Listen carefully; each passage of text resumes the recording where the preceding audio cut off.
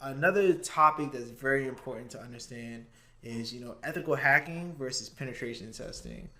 So essentially, it's important to know that ethical hacking and penetration testing are actually the same thing. They typically refer to the same exact thing and can be used interchangeably. Ethical hackers conduct penetration tests for their clients or employers. All right. So throughout the course, you're probably going to hear me use both. I like to lean towards saying when conducting penetration tests versus saying, while ethical hacking, because it just sounds a little bit better and it's a little bit more direct, on what we're doing, and that's what you'll be doing if you ever become an ethical hacker. Okay, so let's talk about some types of ethical hacking. All right, there's three different types. The first one is white box hacking. This is when you do ethical hacking and you have full knowledge of the systems, applications, or networks that you'll be attempting to penetrate. So, for example, you'll know exact IP addresses. You'll know, specifics about the application or the network. Where you need to look, where some vulnerabilities might be, just so that you can test them. That's white box. So it's pretty much full disclosure is what white box hacking is.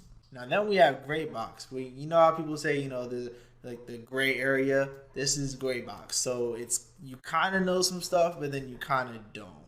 So they're gonna give you some information about the network or a system or an application, but you're not giving full details.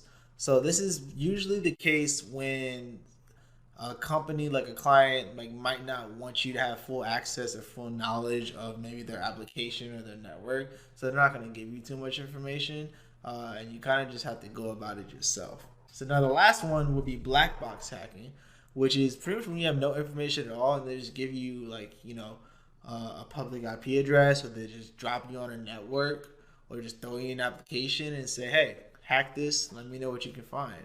And this is the one where you really get to flex your hacker muscle a lot, because you really have to go through the different processes that we're going to go over to make sure that you cover all of your bases, gather all the possible information, and attempt any potential exploits that you might find. So now let's go over the different types of penetration testing that you may be conducting if you were to become a penetration testing professional.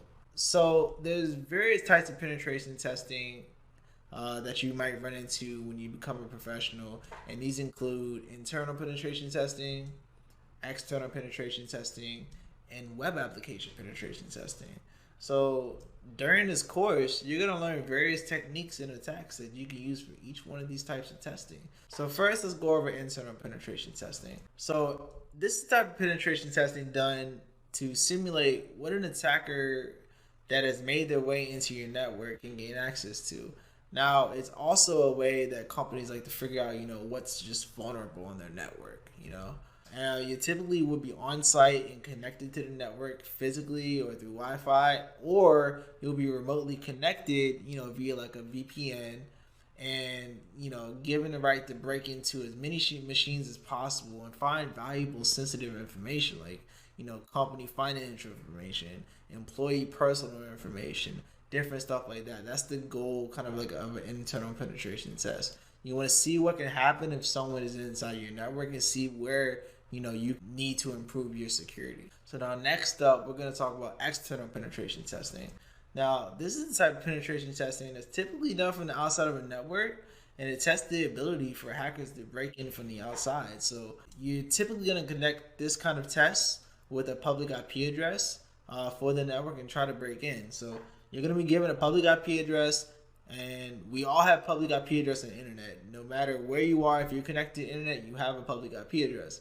So technically, anyone on the internet can find you. And if you have some type of service running that might be vulnerable, and you can see that from the outside, hackers can potentially take advantage of that. So that's why external penetration testing is very important, because hackers usually come in from the outside. And if you have something sitting out there vulnerable, they can literally, within an instant, launch off an exploit and get into your network. And then you're screwed at that point. So now let's talk about web application or website penetration testing. So this type of penetration testing focuses on attempting to exploit vulnerabilities in a web application or a website and see where it's vulnerable. So you want to test this from the outside and from the inside. Typically, you want to see, can someone break in to the application from the outside and bypass, authentication, or can someone with like basic rights that logged into the application access something that they shouldn't be able to via trying to exploit the application. That's something that's very important, and companies care a lot about this because if they might be collecting private information and storing it, they want to make sure that their application is safe, because breaches like this if your application were to get breached, it costs companies thousands or even millions of dollars depending on what happened, how big the breach was, different things. So that's why web application penetration testing is very important.